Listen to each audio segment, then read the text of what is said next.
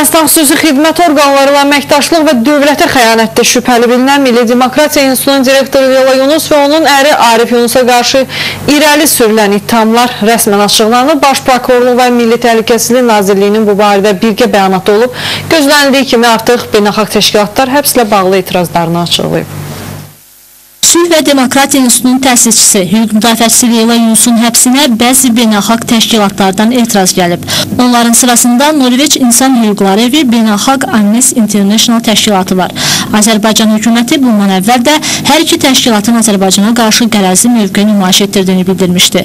Nəsimi rayon məhkəməsinin qərarı ilə Leyla Yunus 3 ay müddətində Bakı İstintaq Təcridxanasına saxlanılacaq. Hüquq müdafiəçisi barəsində həbs qəti imkan tədbiri Cinayət Məcəlləsinin bir neçə maddəsi üzrə təyin edilib. Cinayət Məcəlləsinin 274, dövlətə xəyanət 178, dələduzluq 192 qanunsuz sahibkarlıq, 213 vergidən yayınma və 320 saxta sənədlərin tərtib olunması, istifadə edilməsi. Təbii ki, bu ittihamların heç birini qəbul eləmir. Baş Prokurorluq və Milli Təhlükəsizlik Nazirliyinin yaydığı məlumatda deyilir ki, Leyla Yunusova Azərbaycanın təhlükəsinə zərər gətirərək 2002-ci ildən etibarən təsisçisi və sədri olduğu Sülh və Demokratiya İnstitutu vasitəsilə Ermənistanın bir sıra qeyri-hökumət təşkilatları arasında xalq diplomatiyası adlı birgə layihələr həyata keçirib və bu layihələr adı altında Leyla Yunus beynəlxalq donor təşkilatlardan aldığı külli miqdarda qrant vəsaitləri Azərbaycana fəaliyyət göstərən kommersiya banklarına köçürüb. Bu pullar isə müxtəlif şəxslərin xarici kəşfiyyatda